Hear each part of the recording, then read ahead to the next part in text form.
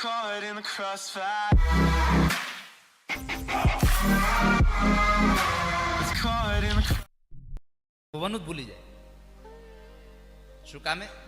એ માણસ નથી, અને આપણે માણસ છીએ એટલે આપણને અંદર સુધી જવા દે, ભગવાનના સાનિધ્યના અંદર જઈને આપણને દર્શન કરવા દે. એટલા માટે આ બહુ મોંઘો અવતાર છે કે આપણને ભગવાનના મંદિરમાં જવા મળે છે, બે હાથની તાળીઓ પાડી અને ભગવાનના ગુણાનું વાદ ગાવાનો અવસર મળે છે.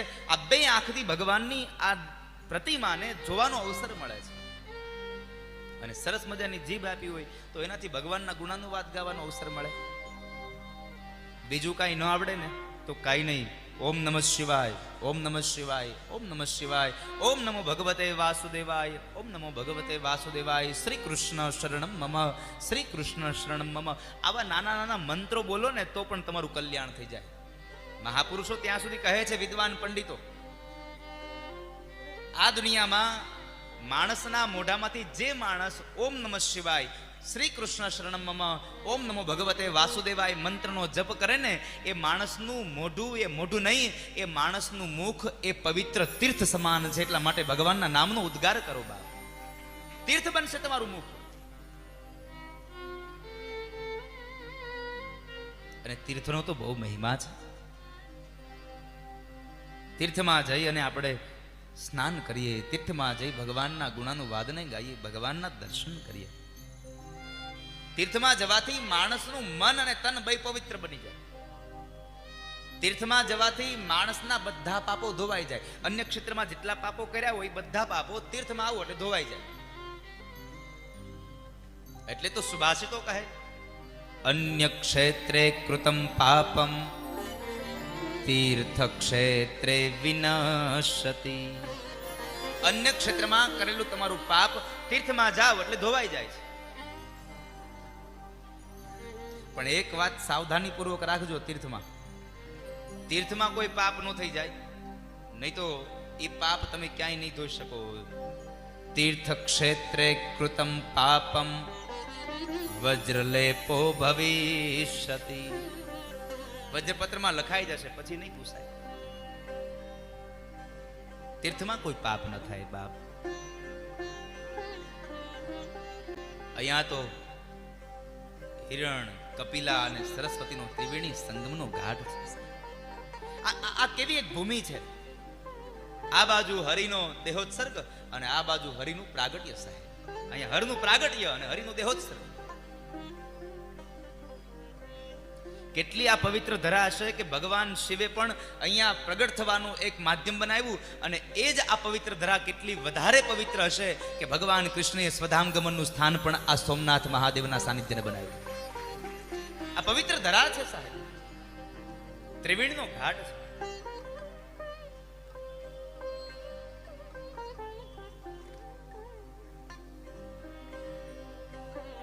કોઈ ગંગામાં નાય, કોઈ યમુનામાં નાય, કોઈ નર્મદામાં નાય, કોઈ આ ત્રિવેણી ઘાટ ઉપર કોઈ હિરણ્ય, કપિલા અને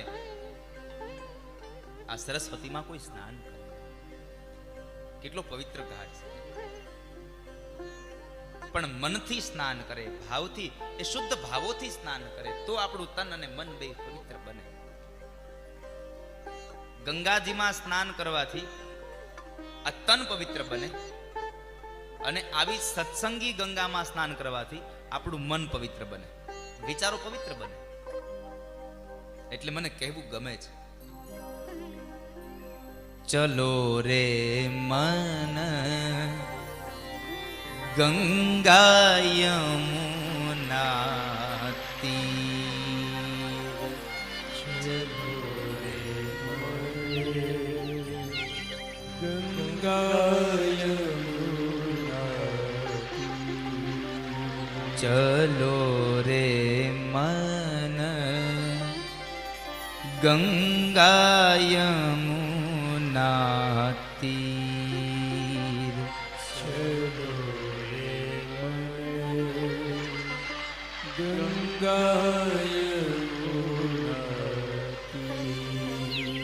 ગંગા યમુના નિરમલ સંગમ,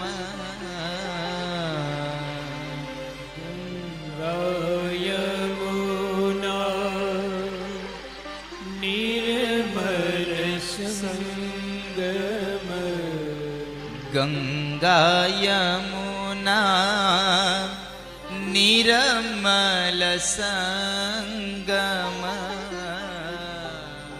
ગંગા યમુના નિર્મલ સંગમ શુદ્ધ હોવે શરીર ચલો રે મન ગંગા યમુના તીર ચલો રે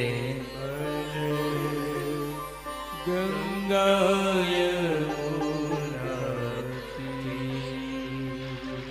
ગંગા ને યમુનાના કિનારે તમે જાઓ એટલે તમારું તન પવિત્ર બની જાય, પણ જ્યારે ભગવાન મહાદેવના સાનિધ્યમાં આવો ને ત્યારે તમારું મન અને તમારું જીવન આખું પવિત્ર બની જાય સાહેબ. કારણ આ તો મહાદેવ છે, સર્વમાં વ્યાપક છે. મહાપુરુષો બે વ્યાખ્યા કરે છે કે જેણે આકાશને ઓઢ્યું છે અને જે આકાશને ઢાંકી દે છે.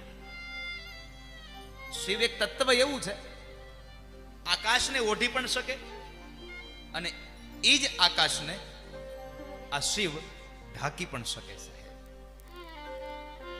આકાશને ઢાંકનાર હે શિવ, હું તમને નમસ્કાર કરું છું. કારણ કે ઈશ્વર તો બધી જગ્યાએ છે.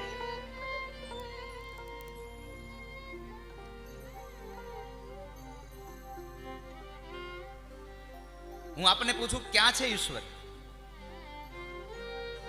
આપને એક પ્રશ્ન કરું, ક્યાં છે ઈશ્વર? કેટલા લોકો જવાબ દઈ શકશો? કોઈક એમ કહેશે મૂર્તિમાં છે, કોઈક એમ કહેશે આ દીવામાં છે, કોઈક એમ કહેશે આ હૃદયમાં છે. એક એક સ્થાન બતાવતા જશે, પણ એ સ્થાન કેવા હશે? જેમાં જીવ હશે, સજીવ હશે, એવા સ્થાનની અંદર આપણને પરમાત્મા દેખાતો હશે.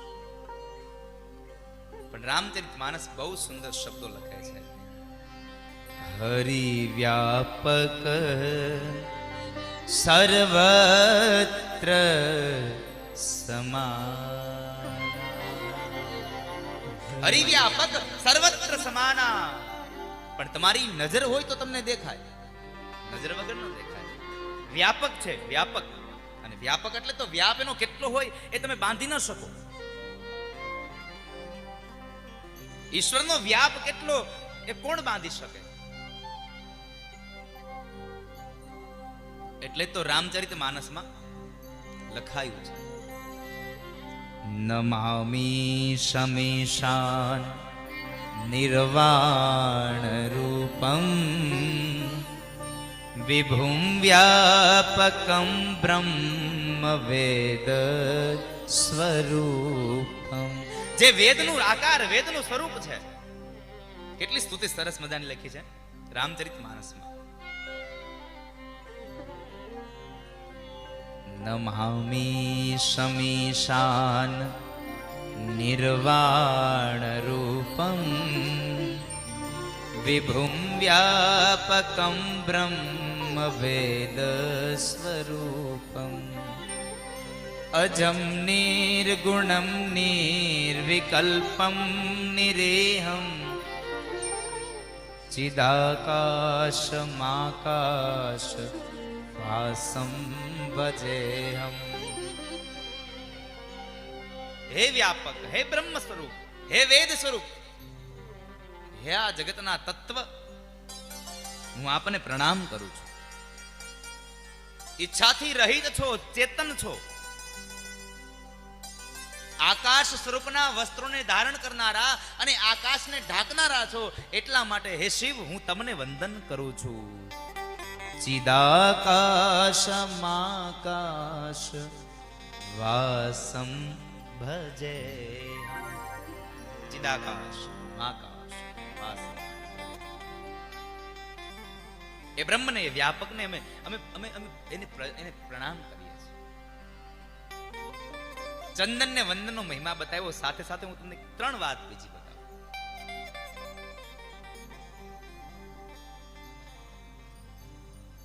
વંદન પ્રણામ અને નમસ્કાર, આ ત્રણેયમાં થોડો થોડો ભેદ છે, થોડો એક આમ અંતર છે.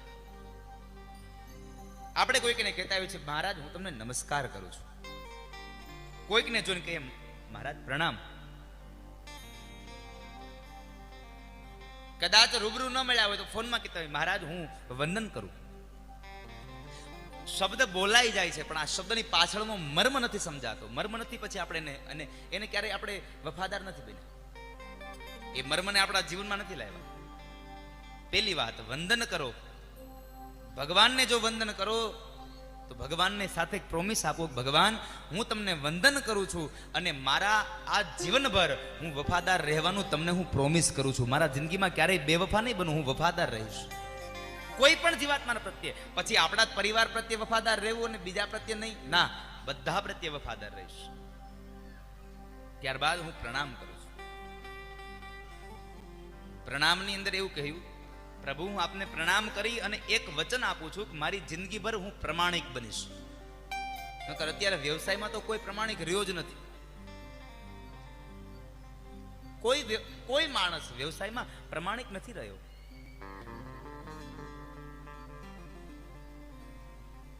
એટલે હું પ્રમાણિક રહીશ જિંદગીભર, એના માટે હું પ્રણામ કરું છું. અને છેલ્લે નમસ્કાર કરતા કહ્યું પ્રભુ હું જિંદગીભર ક્યારેય નમક હરામ નહીં બનું, એટલા માટે હું આપને નમસ્કાર કરું છું. વંદન, પ્રણામ અને નમસ્કારનો મહિમા બતાવ્યો. એટલે શિવ વંદનાનો આ પ્રસંગ, આ શિવ વંદનાનો આ એક સત્સંગનો મહિમા કે જેના નામનો અર્થ છે કલ્યાણ.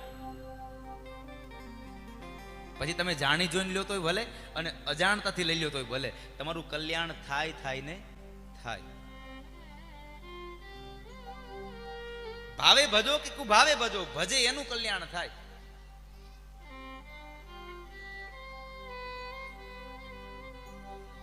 માટે ઈશ્વરને ભજવા. અને હું હંમેશા કહેતો રહું છું, ત્રણ અવસ્થામાં ભગવાનને ભજો: દુઃખમાં, સુખમાં અને અંતિમ સમયે. આ ત્રણ અવસ્થામાં તમારે ભગવાનને ભજવા. આનાથી શું ફાયદો? દુઃખમાં ભગવાનને યાદ કરવાથી તમને ધીરજ મળશે, ધૈર્ય મળશે. એ તો થાય એવું કે જ્યારે દુઃખ આવે ને એટલે માણસ આમ થાકી જાય, અને થાકી ગયેલો માણસ પછી શું કરે ને એનો કોઈ ભરોસો નહીં. એટલે દુઃખમાં ભગવાનને ભજવા, જેથી કરી ધીરજ મળે, ધૈર્ય મળે, એટલે આપણાથી કોઈ અઘટિત પગલું ન ભરાઈ જાય. ભગવાનને ભજવા, દુઃખમાં પણ ઈશ્વરને યાદ કરો. ત્યારબાદ સુખમાં ભગવાનને યાદ કરો. સુખમાં ભગવાનને યાદ કરવાથી શું થશે? તો કહે છે સુખમાં ભગવાનને યાદ કરવાથી તમારી સદબુદ્ધિ વધશે. કારણ કે નકર આપણા દુનિયામાં આ કળિયુગમાં તો એવું જ બને છે કે સુખ આવે, બરાબર સરસ મજાનો આમ એકદમ ક્લિયર રોડ આવે ને, તઈ જ આમ સ્ટીરિંગ અવળું મવડાઈ જાય, તઈ જ નીચે ઉતરી જાય. જિંદગી સુખમય જ્યારે જીવવાનો વારો આવે ત્યારે વિચારો આપણા બદલી ગયા હોય, જેથી કરીને આપણે દુઃખી થતા હોઈએ છીએ. એટલે સુખ આવે ત્યારે છકી ન જવું હોય તો ભગવાનને યાદ કરો, અને અંતિમ સમયે ભગવાનને યાદ કરો, જેથી કરી મોક્ષ મળી જાય, સદગતિ મળી જાય. એટલે બિલ્વ મંગલ પોતાના સ્તોત્રમાં કહે, સુખાવસાને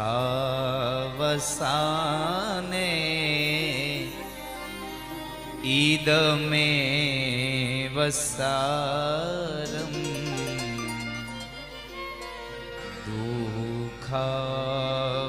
દુઃખાવસાને ઈદમે વગ્નેયમ દેહાવસાને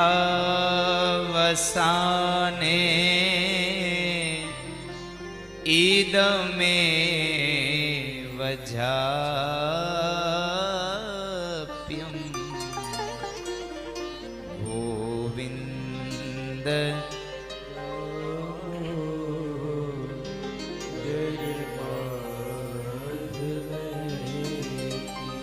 તમે ભાવથી પણ ઈશ્વરને ભજતા રહો. ત્રણ સમય ભગવાનની પ્રાર્થના કરો. અને આપણે પ્રહરમાં તો 4 પ્રહરની પૂજા લખી છે. રાત્રિના 4 પ્રહરની ભગવાન હરની પૂજાનું મહાત્મય છે. શિવરાત્રી હોય તો 4 પ્રહરની આપણે પૂજા કરતા હોય, 8 પ્રહરની પૂજા કરતા હોય.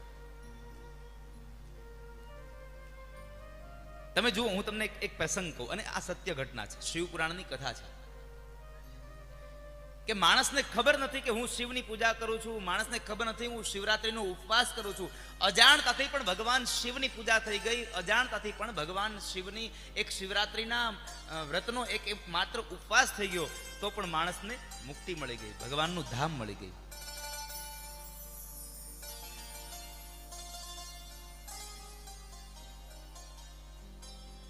આ શિવપુરાણની અંદર એક કથા બતાવી છે કે ગુરુદ્રુહ નામનો એક નિષાદ હતો, શિકારી હતો.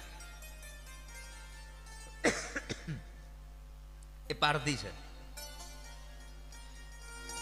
જંગલમાં રહે છે અને જંગલની અંદર પોતાના પરિવાર સાથે રહે, અને એ પરિવારમાં મા બાપ, પત્ની, બાળકો બધા છે.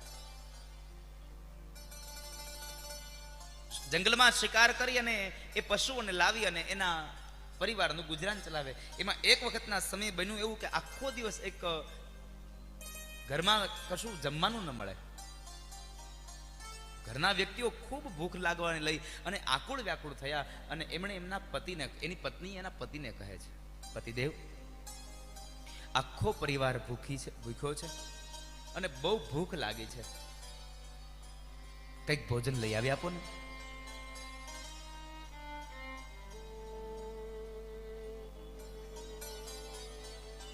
અને આ દુનિયામાં સાહેબ, તમારા પેટની ભૂખ જે કરાવે ને એવું કોઈ ન કરાવે. પેટ માટે તો માણસ વેઠ પણ કરતો હોય છે. પેટ કરાવે વેઠ. ઘરમાં અનાજ નથી, કશું જમવાનું નથી. એની પત્ની પ્રાર્થના કરે છે, પતિદેવ, આખો પરિવાર ભૂખ્યો છે, બહુ ભૂખ લાગી છે, કંઈક લઈ આવી આપો ને.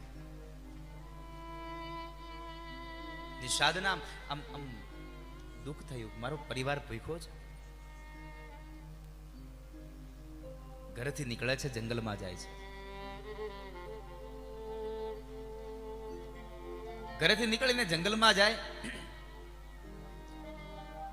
અને જંગલમાં જઈ અને પશુઓના શિકાર માટે આખું જંગલ ખૂંદી વળે, પણ એ દિવસે એમને એક પણ શિકાર માટે પશુ ન મળ્યું. સાંજનો સમય થયો, સંધ્યા થવા લાગી, એટલે માણસ આમ દુખી થયો, મને આજ મારો પરિવાર ભૂખ્યો રહેશે, શું કરવું? ખૂબ દુખી થયો માણસ. ચાલતો ચાલતો ચાલતો, ભટકતો ભટકતો બરાબર એક સરોવર કિનારે આવે છે. સરોવરના કિનારે આવ્યો એટલે માણસને એમ થયું કે આ સરોવર છે તો આખો દિવસમાં કોઈ પક્ષી ભલે મને નથી મળ્યા, કોઈ પશુ મને નથી મળ્યા, પણ કોઈનું કોઈ પશુ આ જળ પીવા માટે જરૂર આવશે. એટલે એક પાત્રની અંદર થોડું જળ લીધું સરોવરમાંથી, અને એ સરોવરના કિનારે એક વૃક્ષ છે, અને એ વૃક્ષની ઉપર એ માણસ, એ નિષાદ ચડે છે. અને બનવા સંજોગ બન્યું એવું કે એ વૃક્ષ પણ બિલ્વનું હતું સાહેબ, બિલીપત્રનું વૃક્ષ હતું. બિલ્વના વૃક્ષ પર એ માણસ ચડી ગયો, શિકારની રાહ જુએ છે.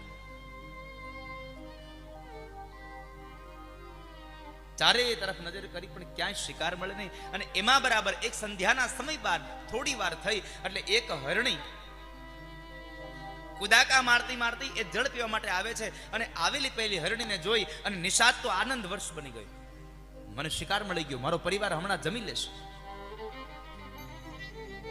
અને એ જ સમય બરાબર એક બાણ સરસંધાન કરીને જ્યાં મારવા જાય છે,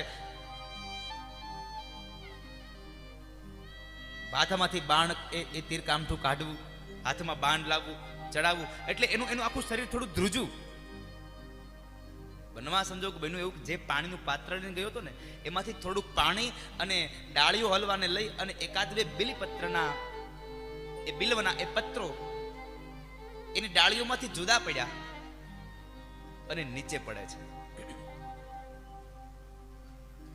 નીચે પડ્યા તો ત્યાં પણ બનવા સંજોગ એવું કે જે બિલીના વૃક્ષો પર એ નિષાદ ચડ્યો હતો, એ જ બિલીના વૃક્ષની નીચે જે જગ્યાએ બેઠો હતો એની જ નીચે બરાબર એક શિવલિંગ હતું.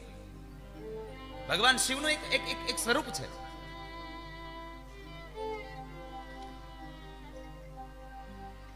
એ શિવલિંગ હતું એટલે ઉપર એના હાથમાંથી પડેલું જળ અને એના દ્વારા ડાળીમાંથી તૂટેલું એક બિલ્વપત્ર નીચે પડે છે અને ભગવાન શિવની લિંગ ઉપર પડે છે. અને એ સમય હતો પ્રથમ પ્રહર, રાત્રિનો પહેલો પ્રહર હતો. એને ખબર નથી કે આ પ્રહર હતો, એને ખબર નથી કે શિવરાત્રી છે. એ તો માત્ર એક બાણ સરસંધાન કરીને પેલી હરણીને મારવા માટે તૈયાર થયો છે. પેલા પ્રહરની પૂજા થઈ ગઈ આપોઆપ. પણ હરણી જ્યાં બરાબર નિષાદને જોવે છે એટલે નિષાદને આમ હરણીને વાચા ફૂટી નિષાદને કહે છે કે એ ભાઈ શું કરો છો તમે? નિષાદ કહે છે હું તને મારી નાખીશ. કેમ? તો કહે છે મારો પરિવાર ભૂખ્યો છે. હરણી ગભરાઈ ગઈ છે, આ મને મારી નાખશે. મારા બચ્ચાઓ એકલા છે, મારા બચ્ચાઓ મારી રાહ જોતા હશે.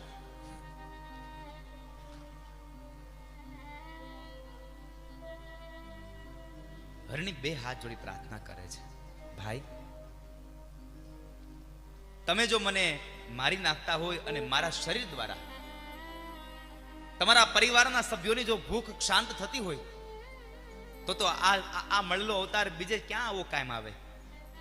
હું તો ધન્ય બની કે કોઈકના પેટમાં લાગેલી આગને બુજાવવા માટે મારું શરીર કામ આવે છે. પણ ભાઈ તમે મને મારી નાખજો એની ના નથી, પણ હું મારી ઘરે મારા છોકરાઓ એકલા છે ને એટલે મારી નાની બહેનના હાથમાં મારા છોકરાઓની જવાબદારી સોંપી અને પછી હું હમણાં આવતી રહીશ. મને એકવાર ઘરે જવા દો. પારધી ના પાડે છે, નહીં જવા દઉં તને, તું પાછી ન આવે. મને તારા વચનોમાં અહીંયા વિશ્વાસ નથી. અરે ભાઈ,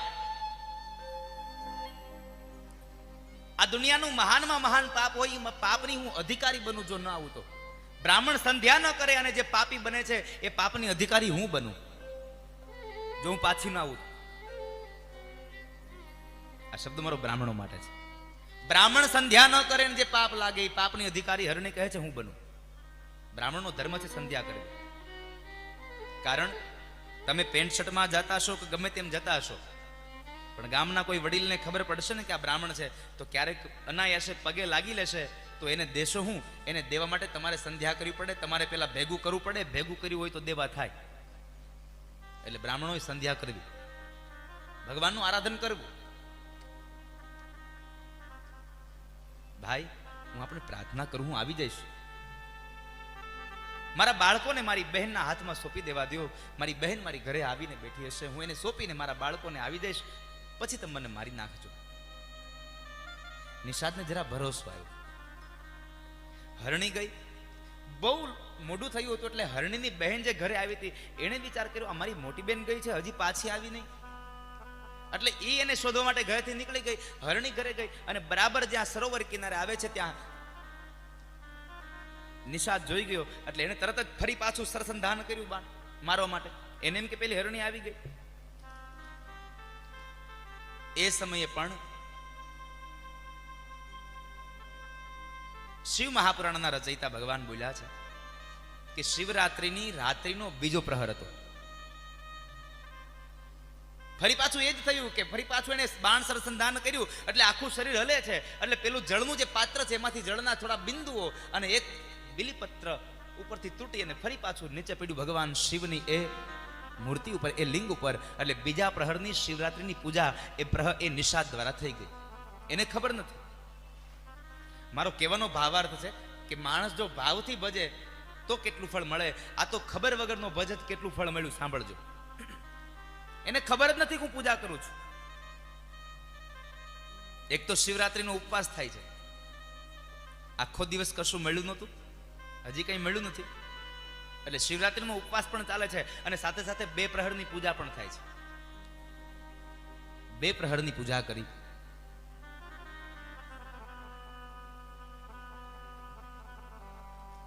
હરણી ગઈ અને હરણીની નાની બહેન આવી હતી એને મારવા માટે જ્યાં સરસંધાન કર્યું બાણ, હરણીની નાની બેને પણ એ જ પ્રાર્થના કરી ભાઈ શું કરો છો? તો કહે છું તને મારી દઈશ. મારા ઘરના પરિવારના સભ્યો ભૂખ્યા છે, હું તને મારીને લઈ જઈશ એટલે મારા પરિવારના સભ્યોનું પેટ ભરાશે. આવેલી હરણી પણ એ જ વાક્યો કહે છે કે મારું જીવન ધન્ય થાય જો તમારા પરિવારની ભૂખ મળતી હોય તો. પણ એક કામ કરો, મારી મોટી બહેનના બાળકોને હું એમનેમ નોધારા મૂકીને આવી છું, મને એના પરિવારની હારે મિલન કરાવી દેવા દો, પછી પાછી હું આવી જાઉં ને ત્યારે મને મારી નાખજો. પારધીને ભરોસો ન બેઠો. એણે પણ કહ્યું કે તમે આ દુનિયામાં જે મહાનમાં મહાન કોઈ પાપ હોય ને તો એ પાપની અધિકારી હું બનું જો પાછી ન આવું તો. હું તમને વચન આપું છું આવીશું. ભરોસો આવ્યો એટલે પારધીએ ફરી પાછી જવા દીધી. કહે છે જોજે આવવાનું ભૂલાઈ ન જાય. નહીં ભાઈ, હું હમણાં આવી. એ હિરણીની નાની બહેન પણ ગઈ. બાળકો એકલા છે, નથી હરણીની નાની બહેન, એટલે બાળકોનો બાપ એ હરણ જે હતું એ હરણ એને શોધવા માટે નીકળે છે ને એ બરાબર ત્યાં આવ્યું.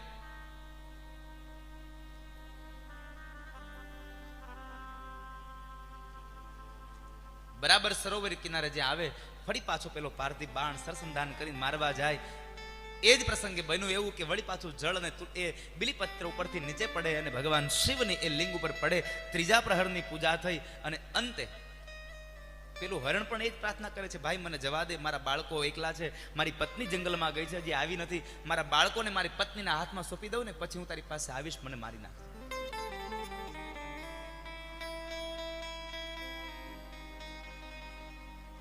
બધા આવું કહે છે. થોડી વાર ભરોસો ન બેઠો, પણ વળી પાછો એ પારધીને ભરોસો બેઠો એટલે હરણને પણ જવા દીધું. ઘરે આવે છે તો હરણ, એની પત્ની હરણી અને એ હરણીની નાની બહેન હરણી, આ બધા ભેગા થઈ ગયા. હરણીની આંખમાં આંસુ છે. એની નાની બહેનને એમ કહે છે, બેન આ બાળકોને સાચવજો. હું એક નિષાદને એક વચન આપીને આવી છું એટલે મારે ત્યાં જવાનું છે. એ મને મારી અને લઈ જશે પણ મારા બાળકો નોધારા ન થઈ જાય એટલા માટે હું એની પાસે થોડી રજા લઈને અહીંયા આવી છું, એટલે મારા બાળકોને તું સાચવજે. હરણીની નાની બેન પણ એ જ કહે છે, વચન આપીને આવી છું, મારે જવાનું છે. હરણ પણ એ જ શબ્દો ઉદ્ગારે છે, મારે જવાનું છે. ત્રણેય જવા માટે તૈયાર થાય છે. બાળકો કહે છે તો અમે કોના ભરોસે રહીશું, અમે પણ તમારી સાથે આવીએ, ભલે અમને પણ એ નિષાદ મારી નાખે.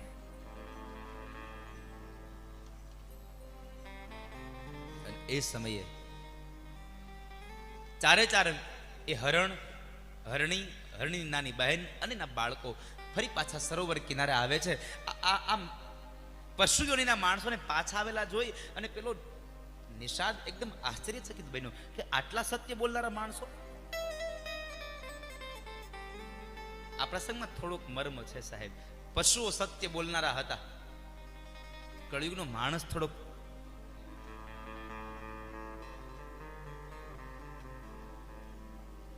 જિંદગીમાં ગમે તેવું પરિણામ આવે, ભલે આવે, એકમાત્ર સંકલ્પ કરજો, સત્યનો આશ્રય કોઈ દી ન છોડશો સાહેબ, સત્યને ન છોડશો.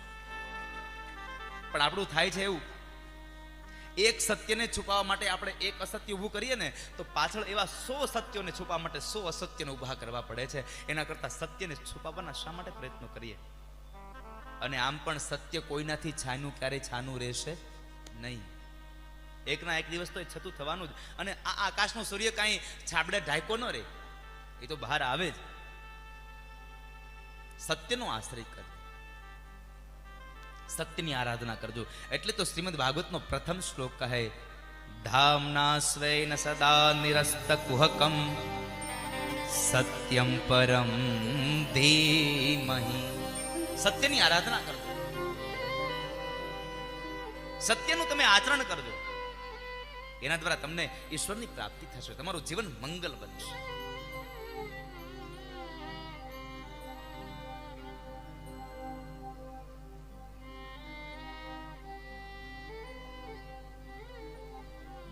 ચારે ચાર વ્યક્તિઓ એ ચારે ચાર હરણાઓને આવેલા જોઈ અને એ સમય વળી પાછો બાણ જ્યાં કાઢીને સરસંધાન કરીને મારવા જાય છે.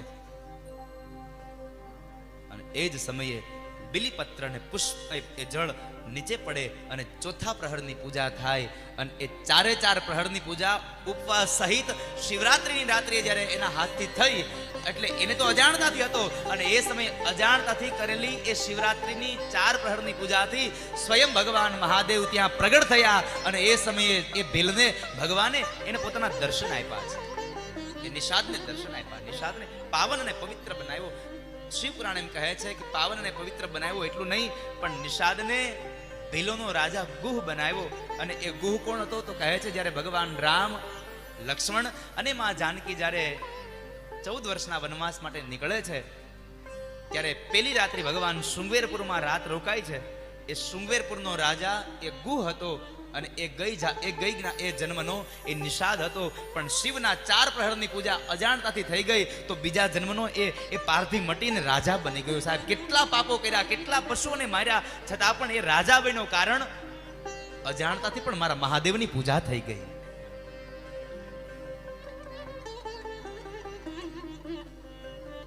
સમસ્ત દુનિયાના પાપોને હરનાર છે. એટલે તો કહેવું ગમે, મૃત્યુંજય મહાદેવ ત્રાહિ મામ શરણાગત. અમે તમારા શરણે આવ્યા. હે મહાદેવ, હે ભગવાન, અમે તમારા શરણમાં આવ્યા, બાળક બનીને આવ્યા, સ્વીકાર કરો. શા માટે? જન્મ મૃત્યુ જરા વ્યાધિ પીડિતમ કર્મ બંધન. અમે તમારા શરણે આવ્યા છે.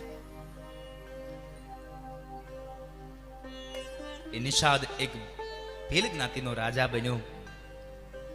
એ સમયે ભગવાને બધાને દર્શન આપી પોતાના ધામના અધિકારી બનાવ્યા. અને એટલું જ નહીં, ભગવાને જે દર્શન આપ્યા હતા એ પર્વત હતો અર્બુદ નામનો પર્વત. અર્બુદ નામના પર્વત ઉપર ભગવાને તમામને દર્શન આપ્યા અને ત્યાં ભગવાનની પૂજા થઈ. એટલે અર્બુદ નામના પર્વત ઉપર જે ભગવાન શિવ છે એ શિવનું નામ પડ્યું વ્યાધેશ્વર. વ્યાધેશ્વર મહાદેવ કી. ભગવાન વ્યાધેશ્વરનો મહાદેવનો એ પ્રસંગ છે. શિવપુરાણની આ કથા છે, દિવ્ય કથા છે. અજાણતાથી ભગવાનની પૂજા થઈ જાય તો પણ જો માણસને ફળ મળતું હોય તો આપણે જાણી જોઈને જો ભગવાનની પૂજા કરીએ તો શું મળે સાહેબ? આપણને કેટલી આનંદની અનુભૂતિ થાય. પણ પૂજામાં ભાવ હોવો જરૂરી છે. ભાવ હોવો જોઈએ. પૂજામાં શ્રદ્ધા હોવી જોઈએ. શ્રદ્ધા વગરની તમારી પૂજા સાવ નકામી છે. શ્રદ્ધા વગરનું કાર્ય નકામું છે. તમને વિશ્વાસ ન હોય તો 4-5 જગ્યાએ તમને કોઈ દી કઈ સારું થાય જ નહીં. 4-5 જગ્યા એવી છે કે ત્યાં તમને શ્રદ્ધા, ભરોસો અને વિશ્વાસ હોવો જોઈએ. એટલે આપણા સંસ્કૃતના શ્લોકો અને વેદ પુરાણો કહે, મંત્ર તીર્થે દ્વિજે દેવે દેવજ્ઞે ભેષજે ગુરો યાદ્રશી ભાવનાયસ્ય સિદ્ધિર્ભવતિ તાદ્રશી. કેટલી જગ્યાએ તમને શ્રદ્ધા હોવી જોઈએ તો કહે છે મંત્રમાં, તીર્થમાં, બ્રાહ્મણમાં, ડોક્ટરમાં, ગુરુમાં અને ભગવાનમાં. આ 6 જગ્યાએ તમને જો શ્રદ્ધા હોય ને તો સારું થાય, નકર સારું થાય નહીં. બ્રાહ્મણ તમારા માટે કોઈ મંત્રોચ્ચાર કરે, બ્રાહ્મણ તમને પૂજા કરાવે તો એ બ્રાહ્મણના મોઢામાંથી નીકળેલા, મુખમાંથી નીકળેલા એ મંત્રોમાં તમને શ્રદ્ધા અને ભરોસો હોવો જોઈએ.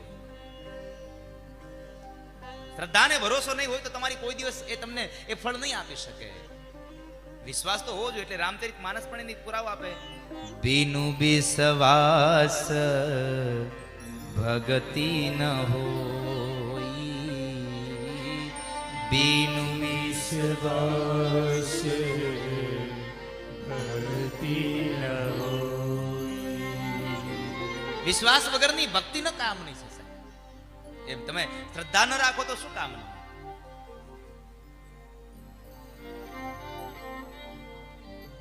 ભગવાન ભાવનાઓના ભીખા છે.